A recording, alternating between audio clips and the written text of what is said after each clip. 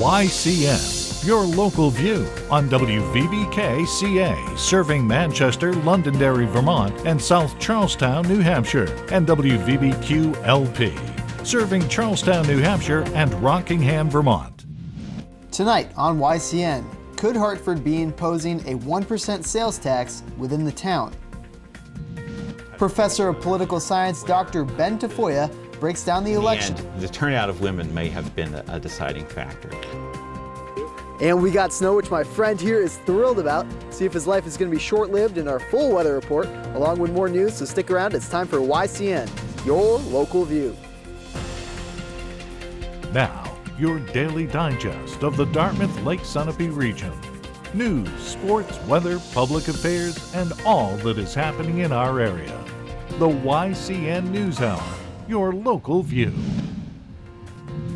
Good evening, I'm David Carmichael. The town of Hartford took a step forward toward enacting a sales tax that would affect the price of meals, booze, and hotels. Last night at the Select Board meeting, they passed a motion to request the town's Charter Commission to recommend an amendment that would give the Select Board authority to impose a 1% local sales tax on top of the state's 6% tax. The motion for the request passed 5-2.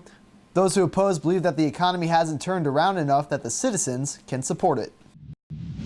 Looks like Vermont is spending less on their prisons. When Governor Peter Shumlin ran his campaign in 2010, he wanted to save $40 million in corrections spending over the course of 4 years. 20 months later, into Shumlin's first term, the state has roughly 400 fewer inmates, and spending is $10 million less each year. The state had managed to reduce its prison population to 2,059 incarcerated people, 400 fewer than it was originally predicted. The political landscape in the Newport area took a new look once ballots were counted on Tuesday night, with 3 Republicans losing their jobs, opening the door for a pair of rookies. Republican State Representative Beverly Rodeszchin saw her 20-year career at the State House in Concord come to an end. Rodeszchin finished her 3rd term in a 4-way race for 2 openings in the newly formed District 6 that included Newport and Unity. Nearly 20 residents, many of them current Stevens High School students, voiced their concerns about the school district's new standards grading instruction system to the Claremont School Board members and district administrators. Several of the students who spoke at the podium and stood before the board and school administrators identified themselves as college-bound. The comments reflected at best that high school students were concerned that the district's change from traditional letter grades to competency-based systems will lessen their chances of getting into college. About 9 Stevens High School students spoke. The New Hampshire Chief of Police Association is asking the public to help fill a U-Haul truck with supplies to deliver to areas that were hit hard by Sandy in New York.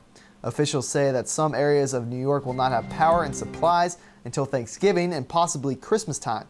Items that can be dropped off at the Bristol Police Department before 2 p.m. include clothes, shoes, coats, blankets, cleaning supplies, toiletries, toilet paper, and anything else that they may need. And if you have any questions, you can contact the administrative assistant, Glenn Solomon, at 603-744-6320.